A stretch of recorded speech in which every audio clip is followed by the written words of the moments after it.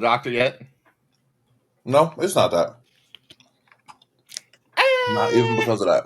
I'm telling you, I'm telling you, it's not because of that. I'm telling you, it's partially because of that. I'm telling you, it's not because of that at all. He's out there hoeing in the streets. No, sir. Y'all will know soon. What, you working? Y'all will know soon. Real cryptic, thanks. I love cryptic messages. You moving? No, not yet. I'm going off context clues because yesterday you said you were lifting heavy shit. Oh, I had to bring all them belts downstairs from Saturday. That was the heavy shit. Oh. All right, I'm Wait. ready when you guys are. What are we talking about? We're talking about So we just kick him out. Huh? We just kick him out, right? Yeah, we should. There we go. Just he ain't been here. It don't matter. I mean, when I was here, we'd have at least an overview of what we were talking about. Well, basically, we talk about SmackDown and Raw, and then we kind of like just go over matches. Well, that part I like, understand. I wasn't sure if we were going to focus on that or we were going to focus on the weekend of Insanity Wrestling. I mean, we could talk about what's coming up. And the fact that Evolution has greatly underperformed sales expectations. I mean, that's because Liv is gone. Yeah. Well, so the main event got completely thrown out of whack when Liv got injured. They scheduled it to compete with All In, obviously, even though that's not what they're doing. But not only were they competing with that, across the parking lot, Beyonce has a show. Same time. Across the parking lot. They're at State Farm Arena. You cross the parking lot, Mercedes-Benz has Beyonce. Well, I don't think there's a lot of crossover. Sounds like their black audience isn't going to be there, but that's okay. That's part of what I was getting at. In Atlanta, somewhere that they normally rely on that demographic of sales to help boost everything.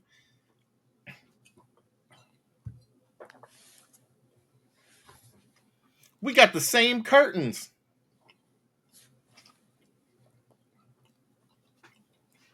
He can't hear me. I don't know. I think that's bigger than... Is that the Bautista thumb? What happened? That looked like a Bautista thumb, and he said y'all got the same curtains. That's funny because I got literally those curtains like right there on the floor. I just got to put them up. Yeah, they're blackout curtains. That's why I like them. He doesn't like it when the black is around. He's got to black them out. It's really dark. I love it. I love it. I love it. All right, what the hell?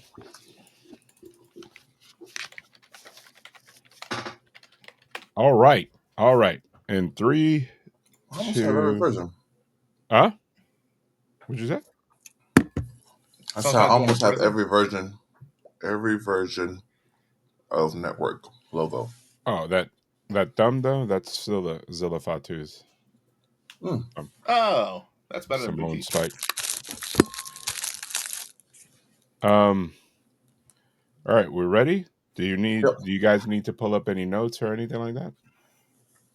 I just pulled up the show results for each show. Okay. Because it feels like Friday was a lifetime ago because I've been off since Thursday.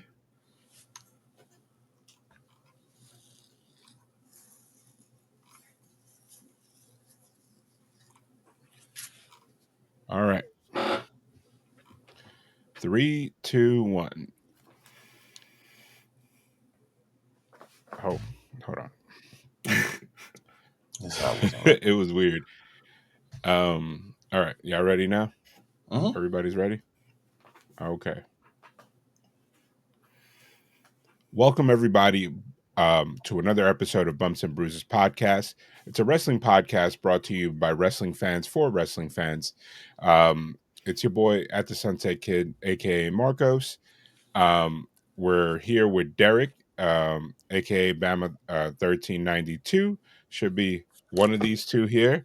And then we have Shane, aka Drizzen, over here somewhere. And basically, we're going to talk about this week's wrestling and basically just give our thoughts on everything. So first and foremost, boys, how's everything going? Okay, don't all jump in at once. I was letting Shane go because he hasn't been here. I was gonna say I'm back. I know. It's been a minute. Yeah, Been here for what's it been, a month? yes, Has it been it's 4 like episodes? 4 episodes. Jesus. Yeah, summer's supposed to be my slow time, but this summer has been anything but that. Between work and family and vacation and work again and more vacation. So I've definitely been blessed, but I've been busy. Oh, that's always good to hear, blessings and everything. And we're apparently being attacked by the snack monster over here. Derek just ripping snacks, just over here like. Yep. For those that don't know, this is Derek right now. We're going to do today's podcast a little bit different. We're going to start with a snack review. Yes. We have Derek, what are you snacking on, man? Now that you we have an OG, right? It's an OG in the snack game, right? We got oatmeal cream pie. All right. Geez. We know that. Never mind. What do you got? A gas station in your house? No, don't. But I need some snacks. I need a snack, so I bought oatmeal cream pie. I bought the big box. So these are like the giant ones. You see, even though they look regular in my hand. And I don't know, man. Those oatmeal cream pies, the Little Debbie ones. It all depends. I'm tapping in my fat guy here thing. I can't eat them anymore because I'm avoiding. Me and sugar are not friends. But the supermarket ones, depending on the box, they either overcharge you for the mega size ones, and it just be the same. It'd be the same size as the ones you get at a gas station. For those of you that don't live in any urban environment, typically these snacks weren't always available at the supermarket. You had to go to like a gas station or something that they were individually sold. But then when they came to the supermarket, they started making them very small and charging you a lot more. But hey, that is an OG.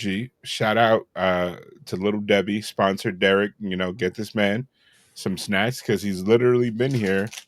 Listen, I don't need them to give me some snacks. I barely eat them.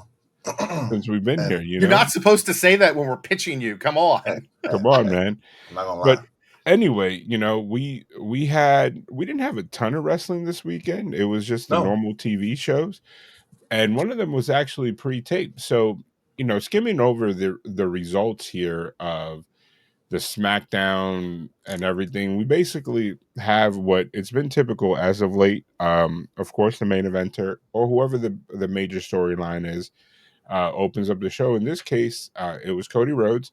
It was the second half of the Pittsburgh double show, which they taped on the previous Monday. I'm very happy that the talent gets to be home with their family on any type of holiday, you know what I mean? And they got paid for it. So it was cool. We get a surprise right off the bat. Drew McIntyre comes back, basically starts beef between Randy Orton, who also came out to kind of have a promo battle with Cody.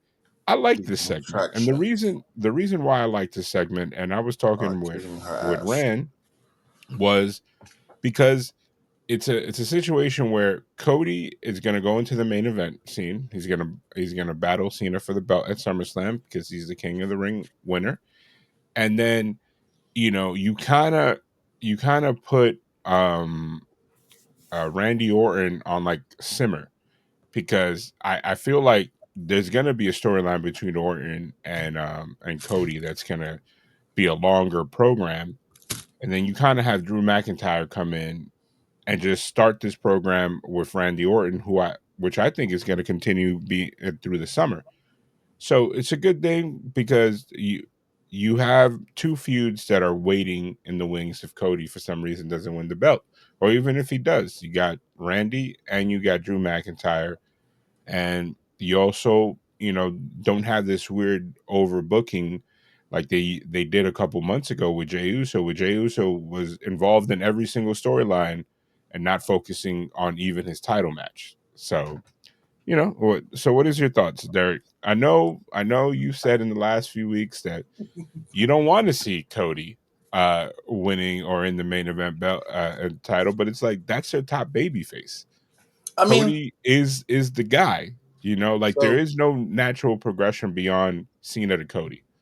I Like mean, that was always going to be the torch, and that's honestly, I think, why Cena is outside of the fact that it's a perfect round, it's a perfect number, 25. But I think Cena was kind of like, all right, Cody's the guy because you have Roman Reigns, and I don't think Roman Reigns will ever be as big as Cody in terms of like the white meat baby face. okay. I was like, I think Roman Reigns works kind of like a heelish Stone Cold type character because we spent a decade with Roman as a face and it didn't work for him. So like I guess him being a tweener or a guy that's cocky is probably the way to go. But Cody is like the kiss the babies on the forehead. I love everybody, baby face. So go ahead, Derek. The floor is yours, sir. I will say you're right. Cody is the big baby face, and just like The Rock said, the reason he will come back would be for him to be heel or for him to be babyface and fight the biggest one on the opposite side. So, I mean, yes, all roads lead to Cody.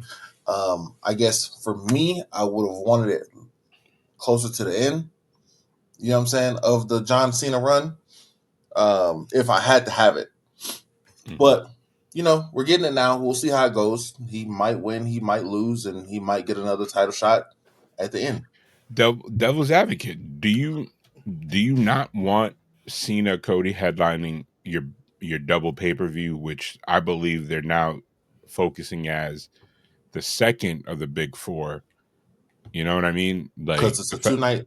yeah, like you got to have big matches. You can't like I would rather have Cody win at a big pay-per-view like this in a big market than him win what is scheduled right now. Saturday night's main event is seen as last match. It's going to be in Boston, I believe. Like, think about But the then, business. Do you give it away for free on TV, or do you have a packed stadium? I Like, mean, like I said, definitely understand it. I get what you're Mhm. saying, and it makes sense. So, like, that's why I'm like, it'll definitely go.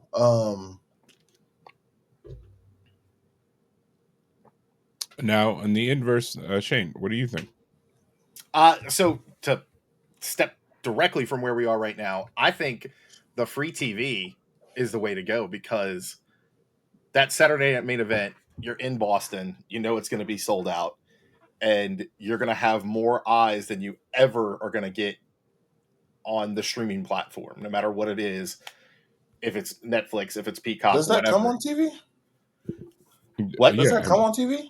yeah, The NBC. Saturday night? Okay, Yeah, it it's does. NBC, Oh, okay. Well, hey, look, we don't Come want to have arguably on, regular the cable. this largest is of the from big the four Okay. networks. guy. Don't you watch it live every single time? I don't. Oh, I don't. That first one that they had that was like supposed to be a banger, I didn't see that one live. But I oh, also don't have regular cable, so okay.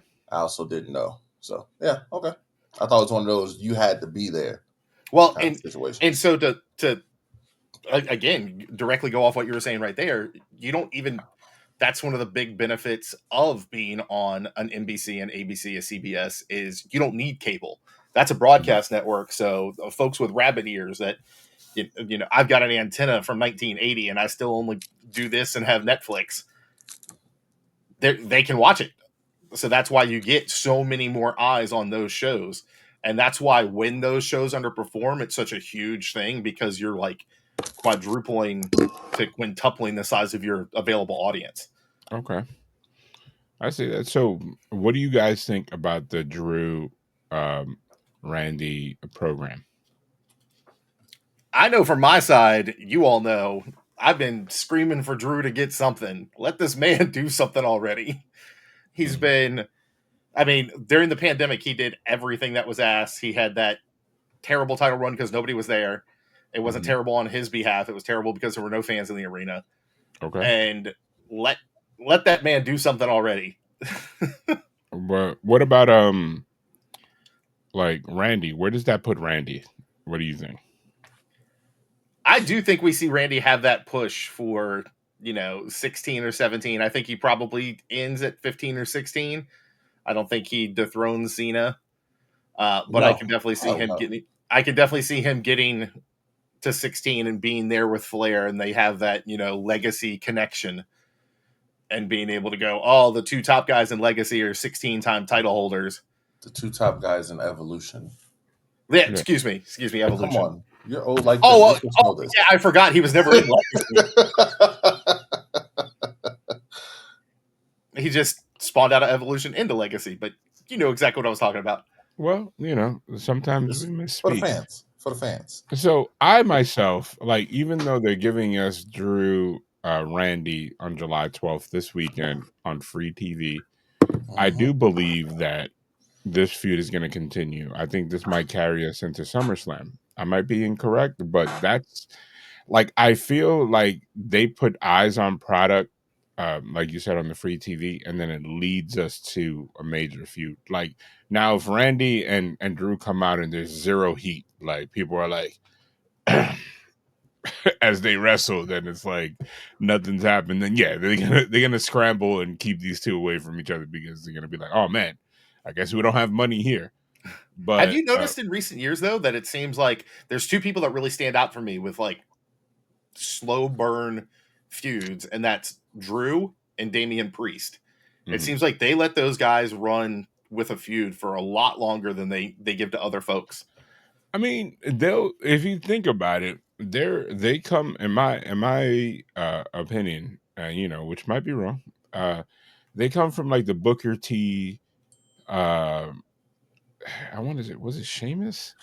Who was it? No, who did Booker T have that best of 7 with? I think it was with Chris Benoit. Remember that they're good workers, that they basically have a program that they'll get themselves over in the ring. There's no titles needed. There's no weird feuds, and I think Damien is already a favorite. I think I love the fact that they have the two hot topic managers almost going at it between him and Aleister Black. Like, their interactions is pretty good. Now, Derek.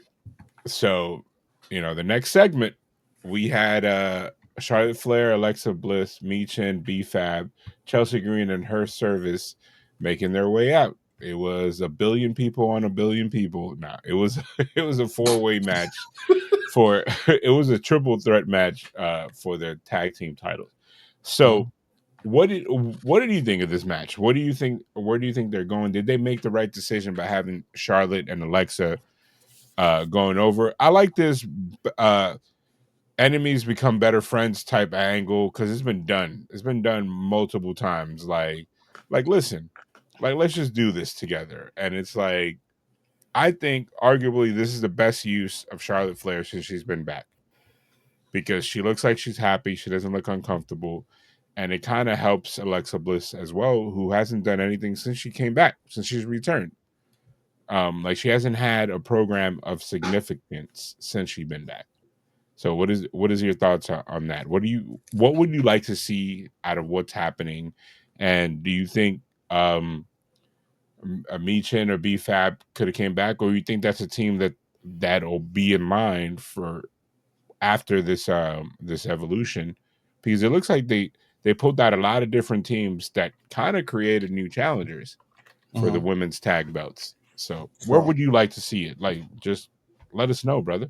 So I do like that they pulled out new teams. I am a little bit of a fan of B-Fab and Michin. I want to see them more on TV. Their little backstage segments are funny to me. I feel like they will have that next running. The smart choice is always put your big people on. It's about to be a pay-per-view that you haven't had in 8 years. This is the second one of which I feel like they should put that Evolution pay-per-view in rotation. I feel like that'll be good, especially for all the little girlies out there to have their own little pay-per-view. But unfortunately, with the ticket sales and the unfortunate scheduling, and they might not. But hey, they might look at this like, hey, we got, what is it? They're saying 6,000 tickets That's still a lot of tickets. I I mean, don't it like, is, you know what I but mean? like Shane mentioned before, it's a lot of shit going on in Atlanta that weekend. He Not said, just Atlanta, because in the wrestling sphere, "Well, the yes, same exact start time, you've got the direct competitor putting on their one of their bigger shows with their All In. Now, true, Derek, do yep, you think that I'm gonna make a statement and I want to get your both of you guys' opinion. all I right, think the fact that people are panning Evolution really puts a chip on their shoulder, and I can see these women wrestle their asses off to the point that people are like, "Yo, are you watching Evolution right now?" Like, I'm because really hoping these that's what are it is." like, think about these are the top women wrestlers in wrestling period right now, Mm-hmm. and you have some big matches there. Like I have some high expectations. I'm gonna be flipping back and forth, but because as they say, I'm a WWE drone. I'm gonna pay a lot more attention to the Evolution pay per view because they have a lot more people. Like the chemistry between the people that they selected is not done on purpose. Some of these matches seem to be random, but they're not. So Mm-hmm. what do you think about that? Like, what do you think about the card and just even the team, Alexa and Charlotte Flair? These are two goats. Think They about are. what they mean to the division. They literally carried the division at one point or another, and were like are still legends, and they're still, I believe, in their prime. Even though the WWE roster, it's like you're out a day, and you might be all the way down that list based on how the talent is over there. It's like man, it's like eat or be eaten. Which Oh yeah. I'm gonna jump in real quick to borrow off what you were just talking about. Um, I don't know if you all have seen or had the chance. Charlotte released a letter on the Players Tribune, Okay. and one of the things she talks about is exactly that: how if you're gone for any amount of time and you don't come back at the top, then you may never get there again. Yeah. And And it's like if you haven't had the chance to read that, I definitely recommend it because man, did she and she spilled tea, but about herself. okay. And basically, there was very little that she left unaddressed, and it definitely made me go, man. And especially after our interactions with her at Royal Rumble, where she was as gracious and as kind as anyone could be, I was definitely giving her more leeway than a lot of people would. But this definitely is kind of eye opening and makes you go, okay, I see where she's coming from. Okay. Make sure you Definitely. send me that link, and I'll put it in the description for everybody, so that way they can check it out if they haven't. Yeah, Yeah. absolutely. As far as them two, I feel like we're gonna get like another The Bar, Mhm. where they might not be in pubs beating each other up or having bar fights, but they're gonna bump heads in this tag team little run that they're gonna have, and they're gonna end up getting the titles, and they're gonna end up becoming the best of friends, Like bonding like over the gold that they get. like you saw it. They hugged each other at the end after the win. Like that looked like genuine emotion. Like, you know what I mean? It Like, was Because I great mean, though because because they're go ahead. friends in real life, yeah. so That hug was fantastic though because Charlotte's giving the hug and then she's like, "Oh wait, we're not supposed to like each other." I'm like, Yeah. "Oh, Yeah. get off me!" And I have to say, I love the finish of that match where in the pre-match segment in the back, Alexa patted Charlotte on the head and said, you'll get there." And Mm. then during the match, Charlotte pats Alexa on the head, like, "You'll get there." But that was the tag that led to them, Alexa jumping in and making the save and getting the pin. They could cook. Like, you know what I mean? Like I like it. I really like it. Um like this card is stacked. I know people are like, oh, women's wrestling, well, hopefully people don't think like that, but unfortunately there are people that think like that. Which I'm going to Um pose the question for you to have one, Marcos, and for Derek as well, obviously. Uh, mhm. so, friend of the show, Corey, who's been on a couple times, mentioned when he and I were chatting, do you think part of the reason, so there's a whole lot of reasons why the sales might not be the way they are. We're competing head to head with our number one competitor in one of their biggest shows Mhm. across the parking lot. So they're at State Farm Arena, across the parking lot at Mercedes Benz. Same kickoff time, you have Beyonce going on stage. So one of their key demographics for ticket sales that Derek mentioned earlier, the pre-show, was that the demographic of, Black women especially are going to be across the street. They're not going to come over for this. So but let me ask you this. Let's be honest. Let's be honest. How long has Beyonce been on tour? It's been over a year. I think her tickets are getting cheaper though. Yeah, they are. Okay. Which in comparable turn to Evolution, it's like, are you gonna like if you're a Naomi fan, are you gonna go check out Naomi for a fraction of a Beyonce concert and probably get good seats, or are you gonna be amongst a sea of people in Beyonce and just get your viral picture you wearing some cowboy hat stuff? And it's like, it's not a new tour. It's a tour. It's been where's she been at? Like, cause she's coming to DC, I believe, this Sunday, or it just passed on Sunday. That's dope. I wish she would come here, but that's not happening. I mean, nothing comes out there. Nothing, and I hate it. So if I want to be on the floor, I'm looking at tickets right now. I'm looking at $1,100 for which one? For Beyonce. If I want to be, dude, I see as low as $650 for the floor. And granted, I'm looking at regular. Yeah, Ticketmaster. Nope, $600. I'm on Ticketmaster too because they charge. But wait, hold on. The Beyonce concert, she's there for like 4 days. She is. So I mean, it could balance out. It could balance out, but this is also Beyonce. I mean, the show that is the direct competitor is almost sold out. Okay. Every show is almost sold out. Holy moly. It's Beyonce, man. The Sunday night show has more tickets sold than the Thursday and Friday night shows. Whew, sorry, y'all. But bless you. But it's one of those things. So they have sold at this point 4,800 tickets. Saturday night's main event is They should have put it in Atlanta. It's that Saturday night's main event. It has almost 11,000 tickets sold. So the thing is with this is like, it's Sunday. That has something to do with it, right? Like, you know what I mean? Like 11,000 fans on one night, and then on Sunday you're gonna have a specific pay-per-view. Like, I don't know, man. It could be people are like, man, I don't know if I want to be out late on Sunday.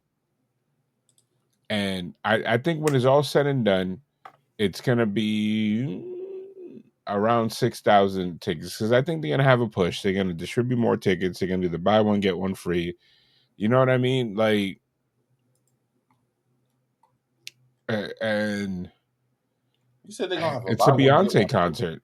It's also a MLB All-Star Weekend. There's a lot of stuff going on. And I have to say, looking right now, you can get fourth row ringside behind the camera. Well, no, this isn't behind camera. This is behind commentary. For $165 pre-fees. Yeah, I mean, this is true. But you can also get second row hard camera for $380. Yeah, but if you want to actually be in camera view, then you're looking at $900. Hey, listen, Derek, TKO said if you bring in your sign, plug in your website, we pay. Derek, hop on a flight. Let's go. Hey, let's go. Listen, don't tempt me. I'm doing it. I'll do it. If you guys go, I will go.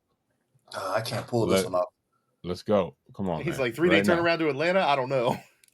I really can't. I would drive to Atlanta, dog. I don't even know how far Atlanta is. Put it like this: if I lived in Birmingham, I'd take that 2-hour drive, no problem. Well, of course you would. No problem, bro. Shit. Oh man, look on the corner, second row, $300. Yep. That's what I was like. Look, $400. after taxes and fees, I can do Let that. me No see. Let problem. me see. Let's look at Southwest. See what Southwest is talking in terms of flights. I go down there. I go up there for the day. Hey, a Sleep, little sleep, bit. sleep, Hey, sleep on the bus. Sleep, listen. like sleep in the terminal or something. Like, hey, Look, that's a smooth little turnaround trip. yeah. I mean, it's a hub. It's hub to hub. It's BWI to ATL, which is a hub to hub. Yep. If this is a like, yo, this like honestly, if this is what I think it is, it might be a situation where it's like, oh, we come back on the 14th, and boom, let's see how it is. See how much this is. Because hey, man, if you keep this under 4, nope. Sorry, these flights are expensive. Yeah, I'm looking 500 round trip from here.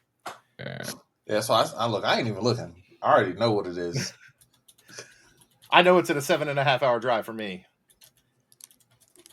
if it's that So, long for you, it's it's like 11. It's 10 and a half hours for me. Shane, I'm on my way. Hop in the look. car. Let's go. I'm down. 2 big dudes in a women's wrestling trip. Let's go. I wish. Ugh.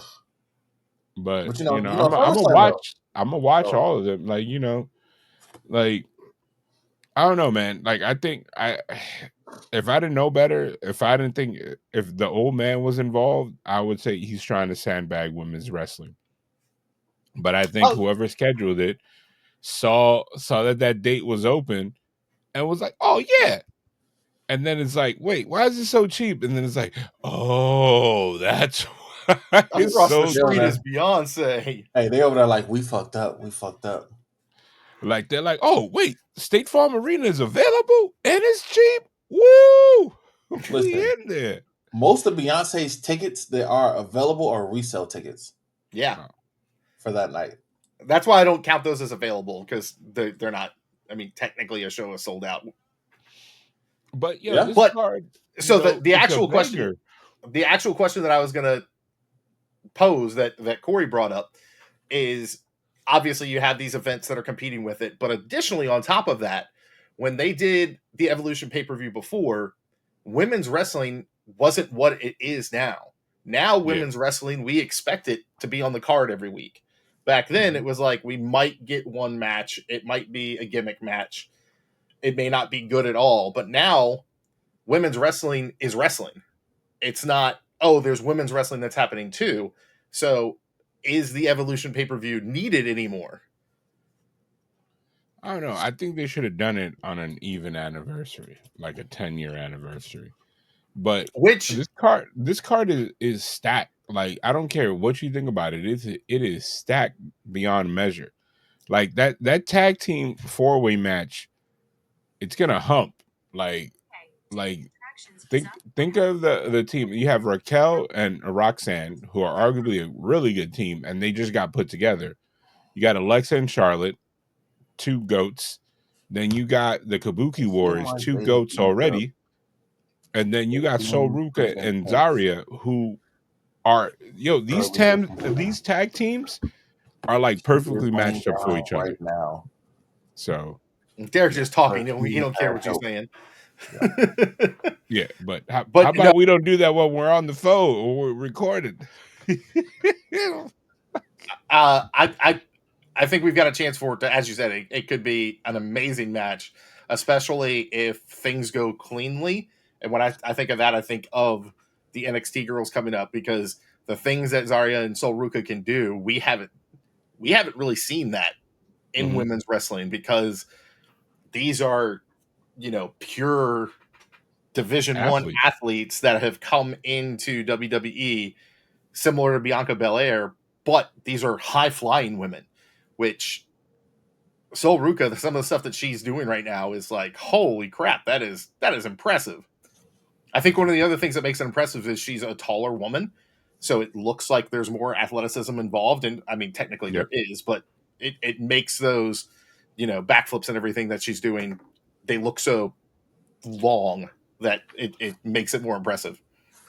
And I hope that if anything, if we get anything back from this pay-per-view, is that the tag team scene is featured. We know WWE knows how to book tag teams because look at the SmackDown division. Don't look at Raw. Don't look at Raw. Don't look at Raw. Look at the SmackDown division. And don't look at the fact that they took the titles away from our boys. And I think if they get a worker team, I think the Kabuki Warriors are down to travel to all brands. When you get somebody like Alexa Bliss and Charlotte Flair, who I think will win this match, or they will be the team that comes out and has a feud with Raquel and Roxanne if they retain. I don't think they're willing to travel. You know what I mean? To three TVs. You know what I mean? Or like switch it up at least once a month. I got a question for y'all on that note. Yeah. With traveling to 3 TVs, I get that part. Do y'all think, just from a fan exploit that watches those 3 shows, that they should give NXT back their women's title, their women's tag team title? I don't think they have enough teams down there. Not at all, because before they took it, they did. Yeah, but a lot of those people got released or moved up to the roster. I think they have the pipeline that they have for women's singles champion is established in there, but I don't think that roster actively has enough women to have its own tag teams. I think it makes sense because the tag team belts should be a team that you should be able to push a narrative that there's a tag team, and also it should be there to give the women's title division a break in terms of, if you have 2 superstars, instead of them just doing nothing, having backstage segments, you have them compete for something that's tangible, you know? And then if you're not sure about 2 athletes in NXT, boom, put them together. Instead of having the backstage segment, you know, they travel around, challenge for the belts. You get exposure. And then, you know, because I think ring skills count if you actually have been in the ring. Like, here's an example. Me and Rand saw Raw live this week. He was here this weekend, and the Roxanne Perez match with what's her name? What is it? Shirai was not great, and it wasn't because they were not good wrestlers. It's because it looks like they never worked each other. They don't And have for the first chemistry. time ever, yeah, like it was like, I bet you if they have a second match, it's gonna be great. But like, it's like they just weren't in sync. It wasn't sloppy, but like there was a couple botches, but you could tell it wasn't the women. It was just kind of like timing. And you know, think about the fact that you don't have a lot of house shows anymore. So those people are kind of like, oh, you got to work. What's her face? Not everybody's Bianca Belair and Io Sky. You know what I mean? Like they're like, oh man, like we found a gold mine here with these 2 tagging together.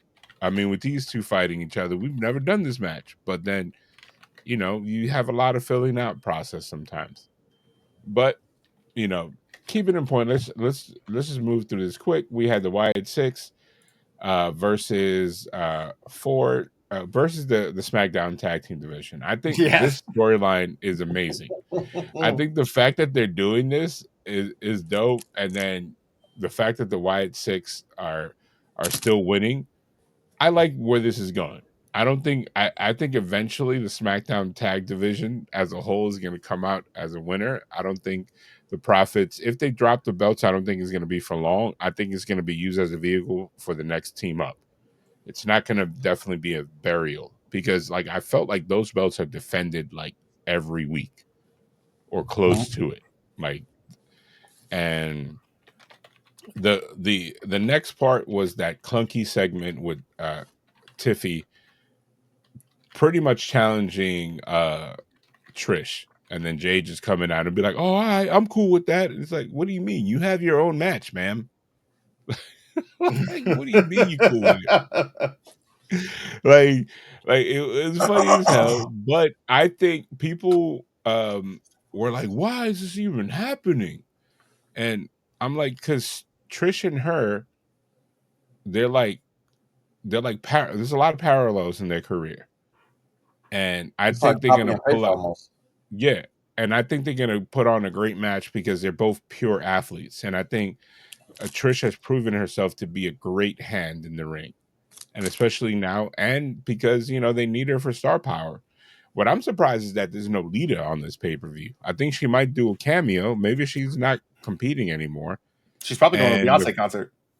hey, you never know. You never know. And then the biggest highlight of this particular match is the 4 foreigners competing in a tag team match. 2 Mexicans, Rey Fenix and Andrade versus Nathan Frazier and Axiom. You have 2 Mexicans that I love and adore. You have Nathan Frazier, who's from the UK, and you have Axiom, who's from Spain. And the crowd was going nuts. Like, I would watch these guys wrestle each other every day, a couple hours a day. Which, And we were posed a question about this match, and I'll ask it here. For those that haven't seen, there was a tornado DDT that was delivered to Rey Fenix. Rey Fenix countered by putting hands down and doing a front flip out of the tornado DDT. There's been controversy, as that is something that's been done on AEW television, and people go, oh, AEW doesn't sell. Oh, it's stupid. Now that WWE has done it, there's been a lot of, oh my goodness, look at this. But it's one of those things, like, if it was, let's say, somebody from Axiom did it, or Johnny Gargano, but no, this guy's an AEW original, so he gets a pass. He gets a pass, dog. Like, he probably was the one that said, hey man, why don't you think about this in this match? If Roman had done it, I'd have been like, all right, hang on now. But no, this, like, the fact that ironically, like, I wish we could clone Rey Fenix and have the Lucha Brothers versus Rey Fenix and Andrade. They're such a fun tag team, and Andrade looks like he's actually having fun. Like, am I wrong there, or I'm just confusing good acting? No, I think you're completely right. I And think I you're think good. it's the first time we've seen that in quite a In while. a long time. Yeah, like 2 companies worth of times. Yeah. He's like, and it might be cool. It's like they're probably friends outside, and they're like, now they get to travel and work and appear on TV together.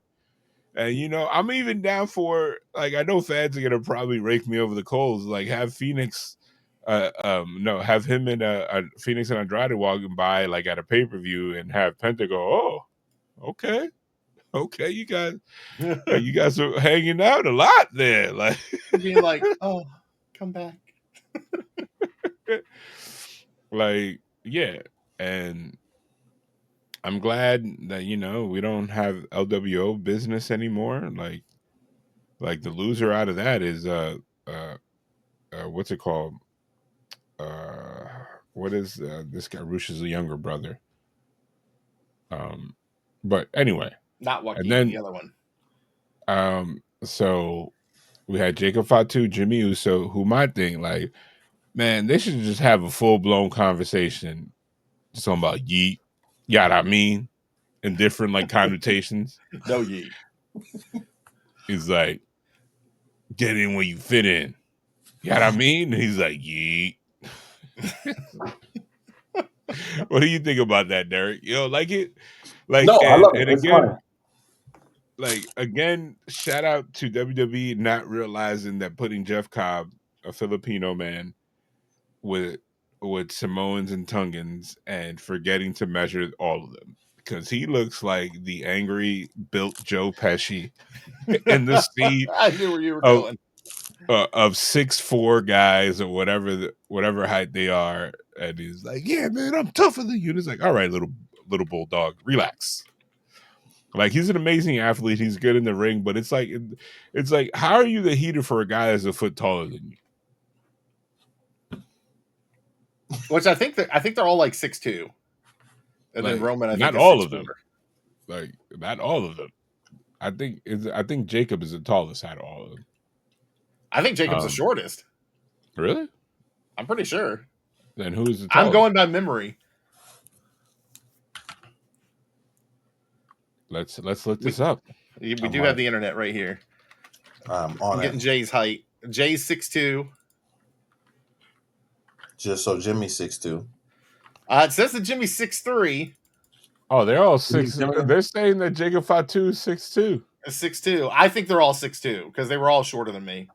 Jesus Christ, they're all 6'2", which means they were all even shorter than Derek. Yeah, Jeff Cobb height. They're all little people. I know, right? Yo, Jeff Cobb is 5'10", man. He need to get the hell out of here. I wouldn't fuck with him though. Oh no, he's a brick house. He's the type of guy. Like, I'm watching this Korean drama on Netflix called Bloodhounds. They have like a Korean dude there that is like, he's built like a tank. Like, one dude punches him and he's like, it's like, no. He's like, what? What are you doing? But I think, for a holiday show, it was a good show. You got introduced to Tala Tunga, or Tala. He's taller than the others. At the like, he came out, and in the segment, like, they gave my man a looser T-shirt, because I don't know what it is about beer and these Samoans, man. Like Hikuleo, which is what I'm gonna call him. He was cut up and slim, and now he came back. He's a little bit more brolic, but he got that gut, that little gut, and it's not even like a belly. It's like, man, if you just cut your carbs for a little bit, like, you'll be straight. So, all right, now that we got SmackDown out the way, Raw. Derek, tell us about Raw. What are your thoughts there, buddy? Like, the New Day should have their tag team titles back. That's right. all that matters. Okay. I agree. 100% cosign. God dang it! I want them side plates, man. Okay. Anyways, I think my favorite part of Raw was the backstage segment at the clubhouse with with Dom ending up. He's over there like, "Yo, thank you for the cake." And he finally reads the cake after there was like, yeah, no, we didn't do that. In perfect unison, by the way. They did that really well. Listen, like, they've been over here with some twin powers, but they're over there like, yeah, we didn't do this. And he reads it and he says from AJ, and AJ's just sitting there in the corner looking like creepy star in the background. He's like, man, I got a paper. I got a note. Teacher's note. I got a doctor's note. Like, it's funny. I can't do film today. It makes sense, guys, when, like, the rumors of him re-signing, and then it looks like he's having fun. Like, I think this is something that even though TKO is like super corporate and people are like, boo TKO, but I feel like TKO, like, they're so far up their corporate ladder that people are just having fun. They don't, like, nobody from TKO is at taping like, oh, what is this? We're tearing up the whole show. Like, you know what I mean? They have like a storyline consistency. Whereas, like, you're not going to have Judgment Day tomorrow. Like, we're not Judgment Day anymore. We are the tag team connection. Like, you know what I mean? Like, it's like, wait, what happened to last week? Like, just ignore last week. Like, you don't have any opening show segments in which the owners of the company are like, we are now gonna reset everything and start from fresh. It's like the War Raiders, the Viking Raiders, the Viking experience in 3 weeks. It's like, I like this. Like, what are you guys thinking? And first of all, I don't know if you guys saw, they released a new Roman shirt, which gives me hope that he might be back. Yes, I will say that, especially for a pre-taped show, I think SmackDown was the better of the shows, which, in my opinion, it is pretty big. The other biggest takeaway that I had from Raw, other than the clubhouse segments, was, when are they gonna just take the reins off and let Karrion Kross go? Because he is arguably one of the most over people on the roster for Raw. Like, big time chanted for him. I was here for it. Huge chants for him, and then There, WWE.com released, well, I guess it was social media. They used to call it WWE.com or whatever. But they released a clip from when he was leaving the arena. The fans packed in just for him. And he drives out and everybody leaves. They were waiting just for him. I mean, maybe they're taking into account with that, and they're gonna do something. Which he also, because there's been speculations, nobody's heard about him re-signing or anything yet.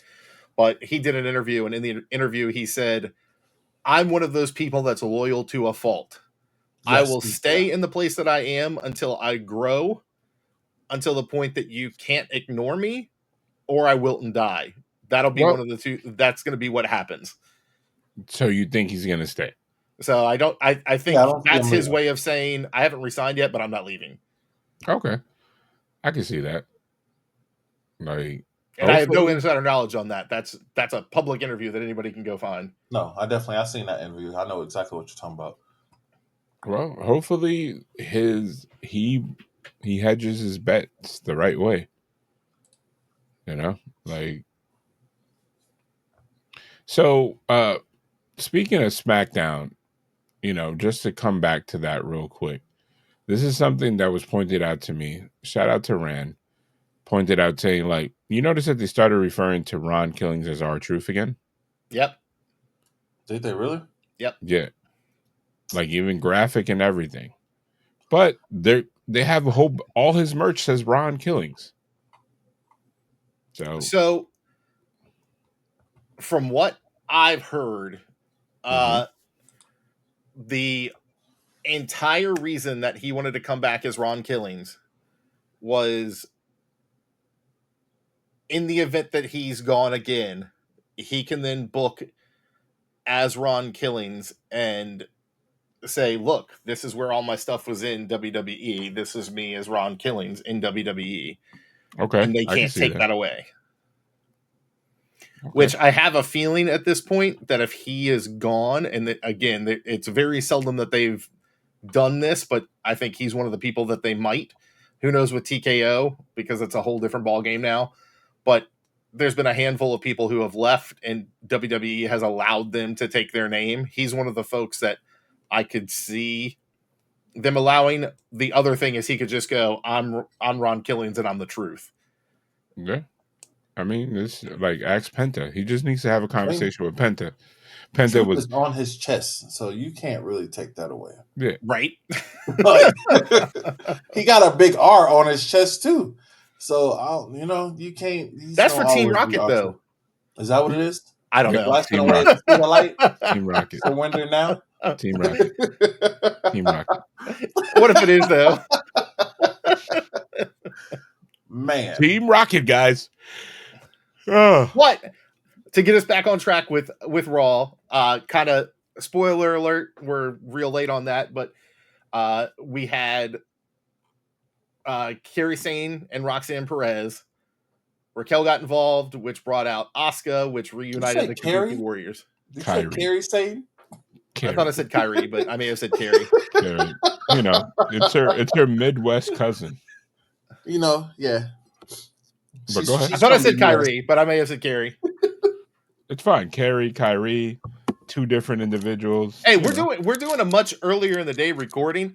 Listen, my voice isn't fully. Well, because we didn't want to give you enough time for you to cancel on us. That's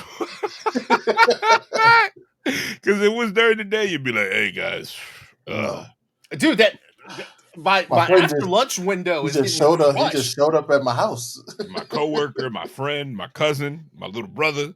Just like, wait, who are these people? My long lost sister. She just it's all been it's all been work meetings 90% of the time. Yesterday was a reschedule, but we here. Anywho's, yeah, that's her sister. Anyway, they're not the same person. You haven't met Kairi? I've not. Anyway, continue with your thought, Shane. But yeah, it brought back the Kabuki Warriors. Okay. Yes. Or K-Bukai, if you prefer. No. No. But then we also got Nikki Bella once again. You know, she's more conservative now. Have y'all noticed? Dressing more conservatively? Yes. Well, it's because she's a in mom the now. realm of wrestling world, she's much older. So is Trish. So is Natalia, but Natalia be dressing like a dominatrix. I was wondering what you were gonna say. I'm like, listen, Natalia's fit to be they be fitting. Because Natalia has a nice sister. Mm-hmm. Twins. Nice sister. Anyway,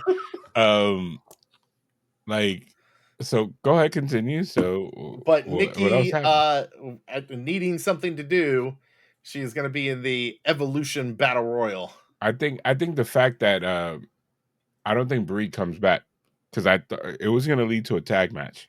That was what I thought. The original plan. Yeah, that was the original main event. But then it's like, do you give Brie money and then she comes back in a battle royal, and then you kind of like keep them around as a team, or it's kind of like, let's just wait until Liv comes back? What do you do here? Yeah, I think that's kind of the only thing they can do. That whole program got shifted and trashed, and they had to go somewhere. Then we got the best segment of the night with the New Day coming out in mourning, wearing all black. Were they wearing the widows the dress? that they are? Listen, they had the black veils. I felt like one of them had a dress. Some black church woman with the hat, and that was done on purpose. I love it, man. Yes.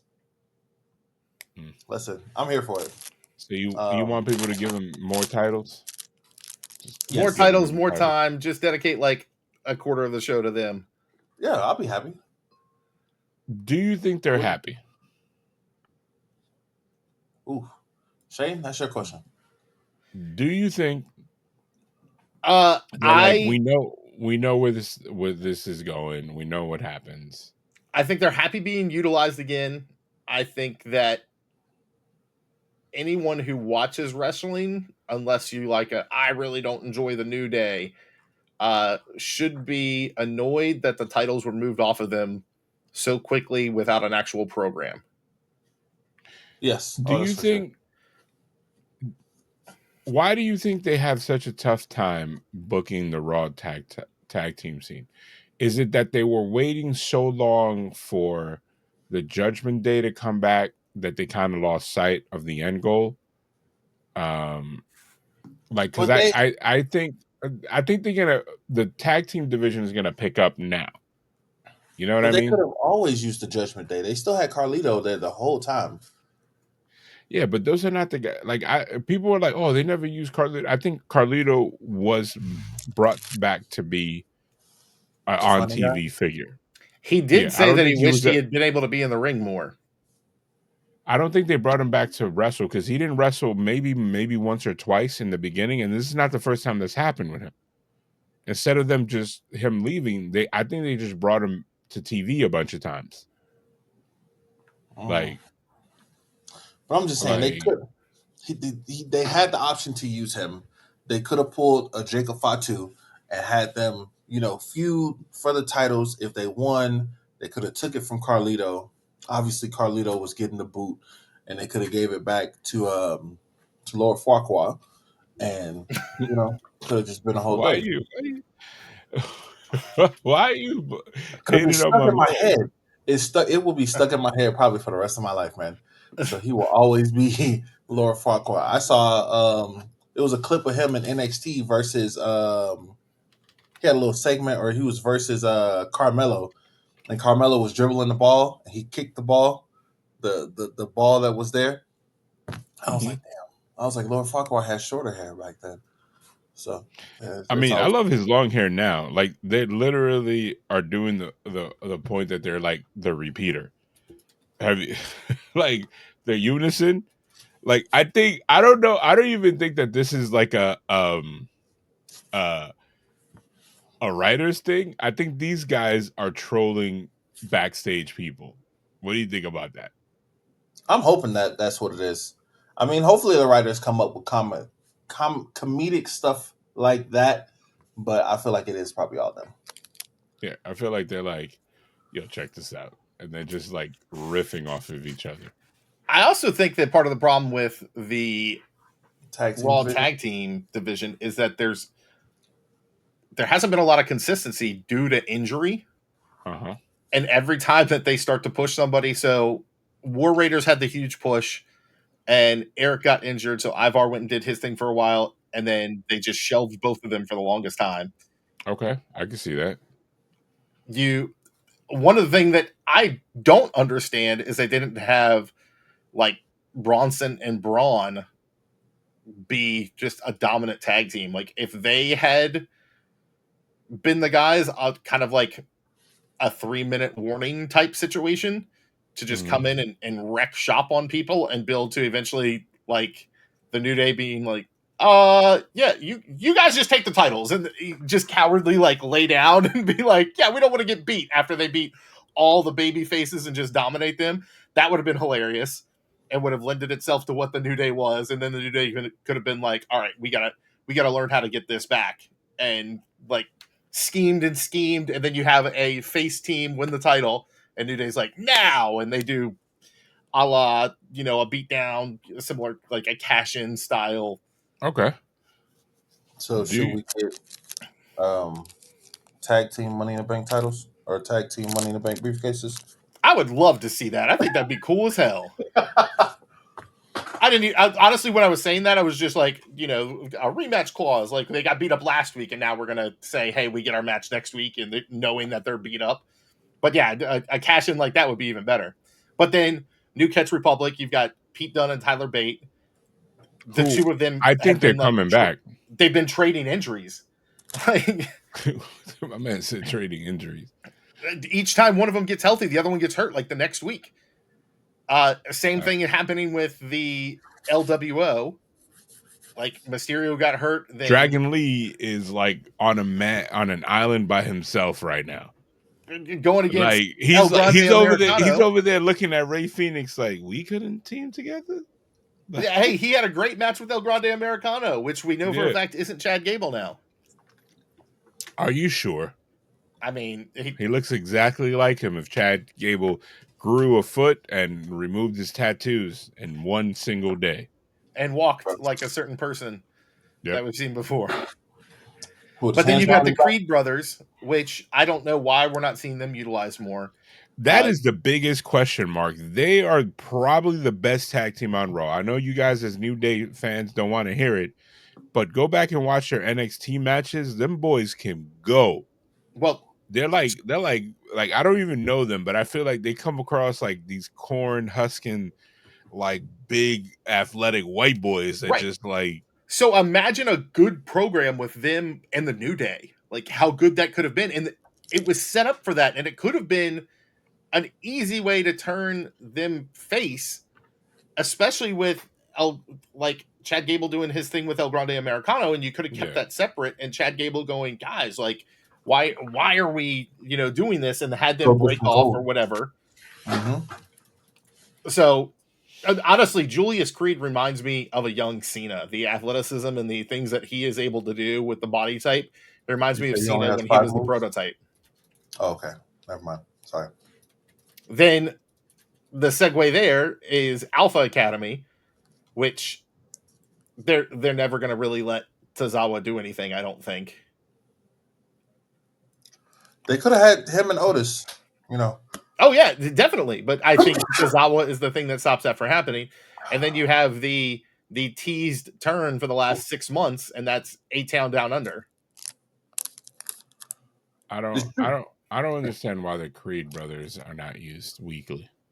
Well, honestly, for that exact same thing, A-Town Down Under.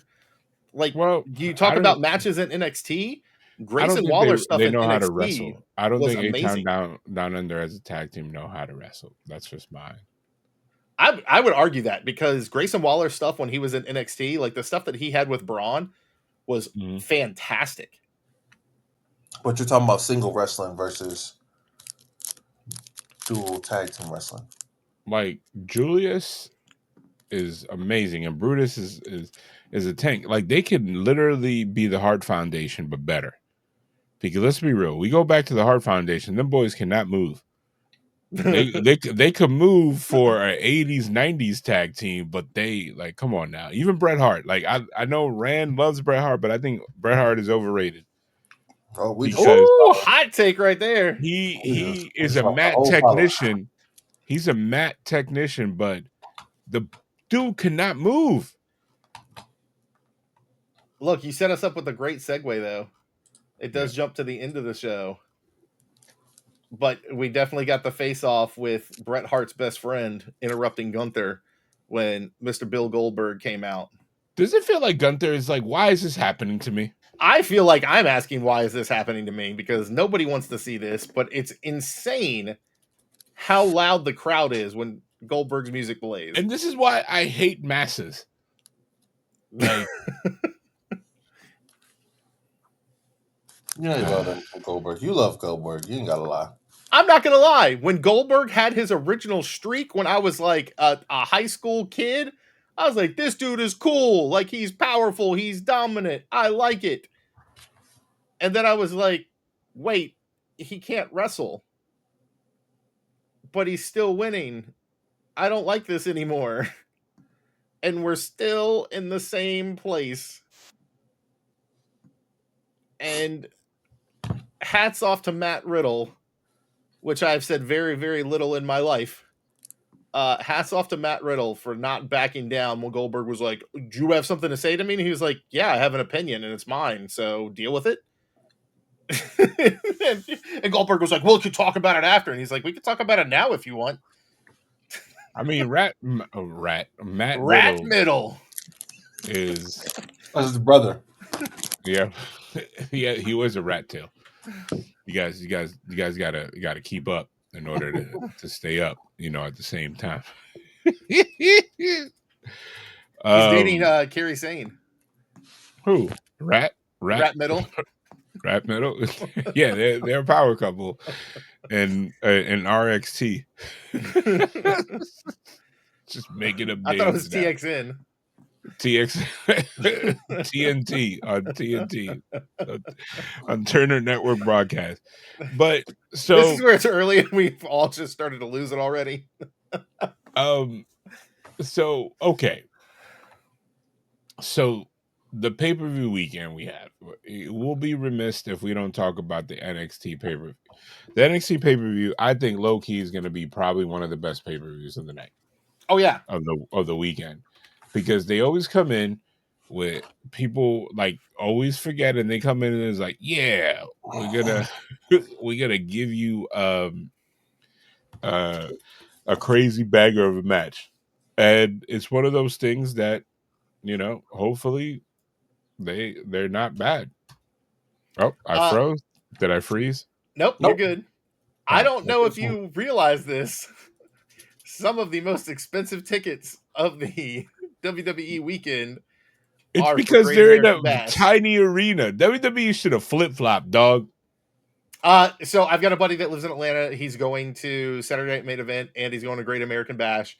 And when he saw that they were at Center Stage Theater, he immediately saved the date, saved the time, blocked off the schedule so that he could make sure that he got tickets, because he said seeing wrestling at Center Stage Theater is amazing. Which that almost he sold it so hard that I was like, all right, maybe I'll go just for Great American Bash. Bro, Obi Femi and Yoshika Inamura, that match is gonna hump so hard. Have you seen that finisher that Yoshiki does? Yes, bro. It's like see, even if he doesn't win, seeing him attempt to hit that on Oba Femi is gonna feed families. Well, and I really sorry, I'm just jumping ahead. The contrast between the two of Jordan Grace and Blake Monroe, I am loving their pairing. Yeah. Which I don't know if you all it definitely I laughed a lot. I don't know if you all saw the tweet, but Blake Monroe was like, we fast became best friends, and it shows her and Jordan hugging. And she posted that on Twitter, and Jordan's reply was, Have you seen that Sabrina Carpenter, Jenna Ortega music video? And it's the music video for Taste by Sabrina Carpenter, where Sabrina Carpenter and Jenna Ortega begin making out throughout the video. Jeez. Which it's a funny video, by the way. It's very much like a scary movie, as in this series Scary Movie, comedic horror take as Jenna Ortega and Sabrina Carpenter are killing each other back and forth. I mean, like, dude, they have 5 matches, and those 5 matches are gonna hit big time. Like they're gonna hit hard. Like you had Javon Evans about to get tossed around by Jasper Troy. like he's a kite. He's gonna keep getting. He's gonna be selling like Shawn Michaels and Hogan. Yeah. But it's gonna look like it's supposed to be happening. Yeah. And then you're gonna have Ethan Page and then Ricky Saints, which I think is gonna be the good match is gonna anchor it. And then I think the hard part of that is the Falls Count Anywhere. The Falls Count Anywhere matches, I know why they do it. I book them in GM mode, but Falls Count Anywhere matches are not. The crowd is the live crowd a lot of times can't stay in it because they can't see the match continuously, and when you pull the crowd out of it, it lowers the excitement level when you're watching. So that's the one bad part about the Falls Count Anywhere. But that center stage, it gives it such an intimate vibe that I don't think they might lose their crowd. They just got to make sure that they're not going backstage too often. Yeah, I think Izzy Dame versus Sol Ruca is gonna be a must watch just off of the Sol Ruca finisher. Oh yeah, she's gonna do something crazy. Yeah, and come on, the tag match is gonna be good. Like this is a very interesting pay-per-view. And also, we hang on there, little Debbie. But we gotta talk about All In. All In. Oh, I don't even know what the All In card is now. Well, I'm about to go over it. Come on, man! He's like, it's so loud. I'm not. It's like, yo. I'm not even like, hey, yo. I haven't even opened up anything else. You hit something. Oh man, it's like, what the hell? All In card. What have we got? All In card. It's a bunch of other matches in Kenny versus Okada for. Apparently, I don't know how true this is, and I've been trying to look for it, but then we had to record. Is the winner takes all? It's gonna be that the guy they're gonna have a unified belt. Yep. But then they're gonna still carry the individual belts. So the person is gonna have 3 belts. Why? Kind of like how Roman Reigns did for like a week, but they're gonna do it forever, apparently. I do not like this. And then Jon Moxley versus Hangman Page. I don't know who wins there except people that like both of those guys. Well, I think if it's not Hangman, people are gonna. There's an argument that AEW is gonna die. Yeah. And then in the match of of booking corners, Toni Storm versus Mercedes, but then I think Mercedes goes over. If she goes over, what happens? Who's gonna take her out?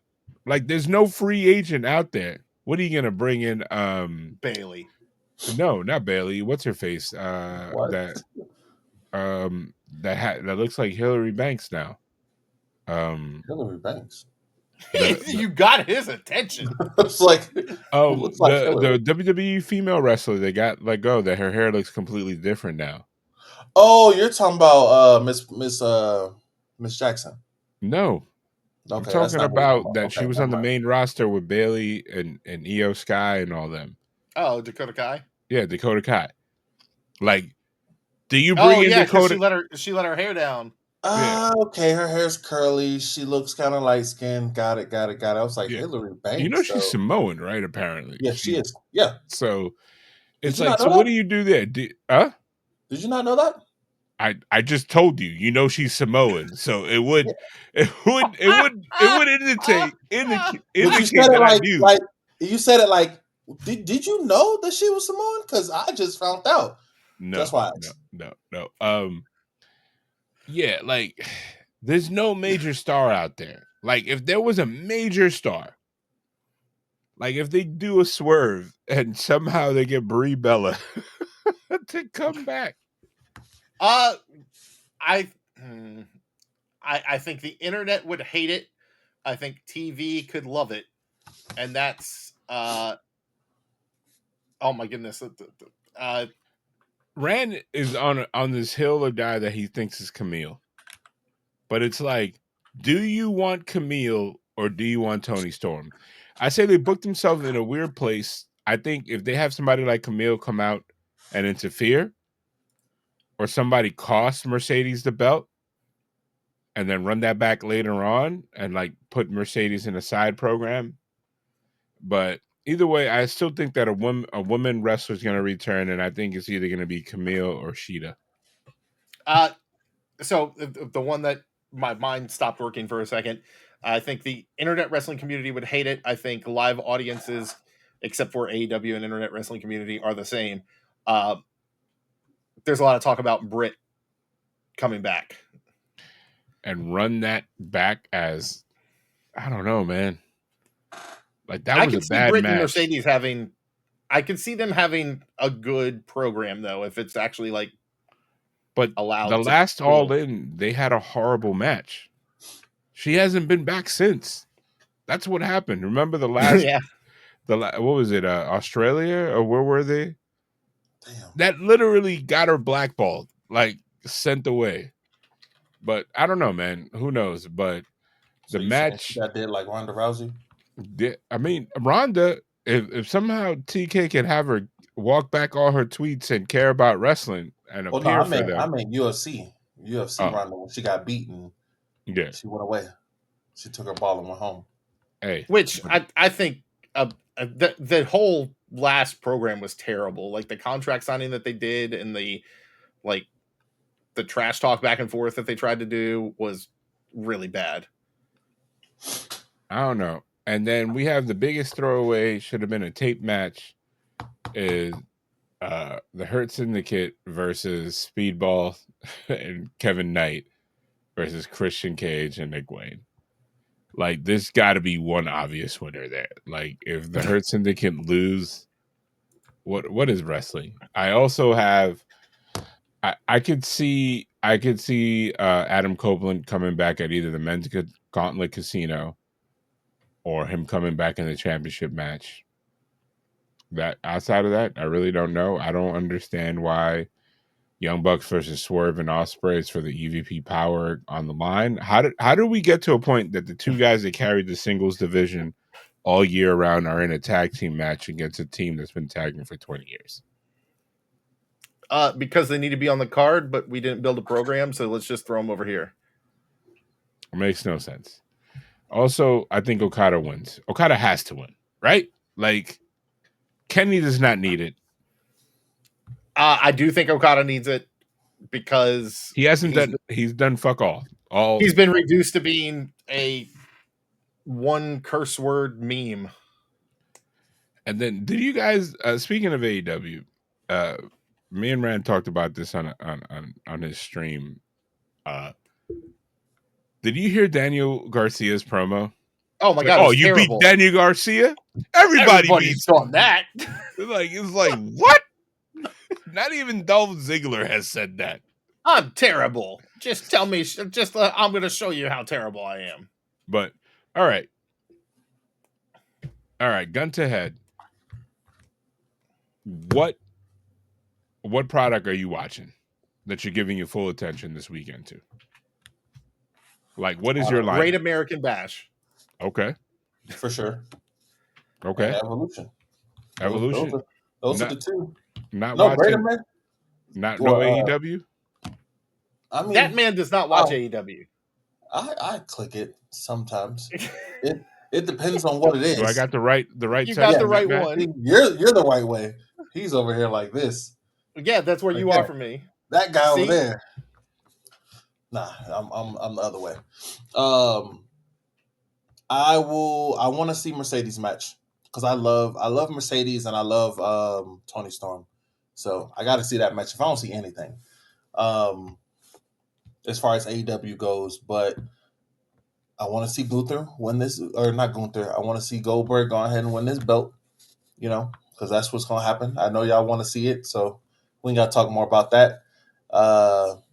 Great American Bash is going to be a banger. I don't know, man. I think WWE, like, if the old man was still there, 100% Goldberg is winning. Like, they already have his plates on. Gunther might even come out with Goldberg plates on his belt. like the Pop-Tart did with Cena? Yeah. Like, it was like, bro, like, what is going on? Like, yep, he already has it. Like, Listen, I don't know, man. I got a weird feeling. He always comes back and beats the dominant person. So, you know. Anywho's, I got to see Evolution. I got to see what actually happens. 8 years in the making for round 2 of this. So, I'm excited about that one. I'm excited too.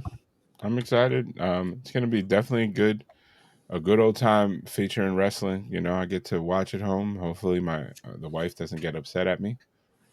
I will say that I think the All-In card is arguably one of the best cards they've ever put together. If wrestling is like doesn't rely on story, yes. Yeah. But unfortunately, wrestling relies on story. Well, and this is the closest, in my opinion, and I'm not a diehard AEW. I pay attention. I try and watch when I can. But they're definitely the secondary program for me.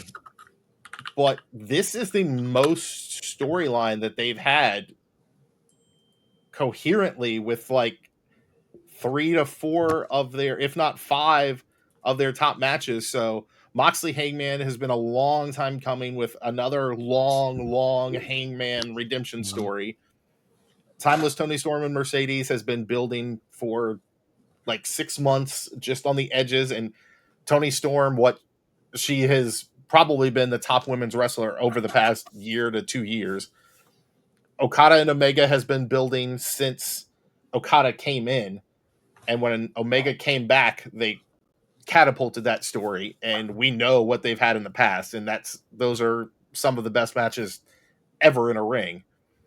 The stuff that they've been doing with Hurt Syndicate and specifically Mike Bailey, but Kevin Knight as well. They've actually been building that storyline. And then Swerve Ospreay versus Young Bucks. That's the most thrown together out of all these, but it still has some storyline behind it. But can we talk about the fact that Ibushi came back and nobody cared? And then he freaking was just dropping on neck bumps by himself for no reason when he has terrible neck problems. When did he do that? There's a clip on Twitter of him just dropping onto a steel chair like 1 or 2 times and Kenny going like, stop it, and like kicking the chair out of the ring. He's like, I love to hurt myself. Jesus Christ. I think he was trying to show that he's not hurt anymore, but that's the fastest way to hurt yourself. But yeah, I think this AEW pay-per-view has a chance at being one of the better. What's crazy is pre-show begins at 1:00 and Eastern time, and there's a 3:00 Eastern start time to the pay-per-view, which I think kicks off the Casino Gauntlet matches. But that's probably my biggest issue with AEW next to storyline development. Their shows are so bloated that it goes back to the days of the 14 hours of WrestleMania, where they try and do, like, if it's not one show for 9 hours, they try and do like 2 or 3 shows taped at once, and it ends up being 9 to 10 hours of wrestling. And I'm just exhausted by the end of that. Like the matches we get to the point that the matches I want to see are there, and I'm over it. Like I've stopped caring at that point. I just can't do it anymore. I can see that. And people complain about the 2-day shows and everything. To me, that's way better. Like I can invest 2 to 4 hours and be out, and then even if I do it again a second day, at least I'm not killing my entire day. So definitely gonna be good wrestling. Hopefully we can link up and at least watch 1 or 2 of the shows together. That would be cool. I'm here for it. Yeah, me as well. All right. So just let me know. All right. This brings us to the end of another jam-packed, very multi-directional episode of Bumps and Bruises podcast, and I'm which back, boys. featured Shane's comeback, Derek and his Debbie phone Littles calls in the middle of the episode, and just me, debuting offices and talking about the Dom T-shirt here. I think this might be one of the first time that we're all wearing wrestling shirts. Yeah. Oh Hey, yeah. man. This came from. This is a collar and elbow shirt by way of the Marcos storefront. Hey, man! Don't let people know. Don't let people know. Aren't you still trying to clear inventory? People should know. I am. I'm messing with you. We get your name out there. You need some vintage wrestling shirts? Hit up Marcos at the Sunset Kid 56. That's funny. Well, thanks everybody for joining us. We'll catch you next time in another episode of Bumps and Bruises podcast. Enjoy the weekend War for Wrestling. We'll see you. Peace.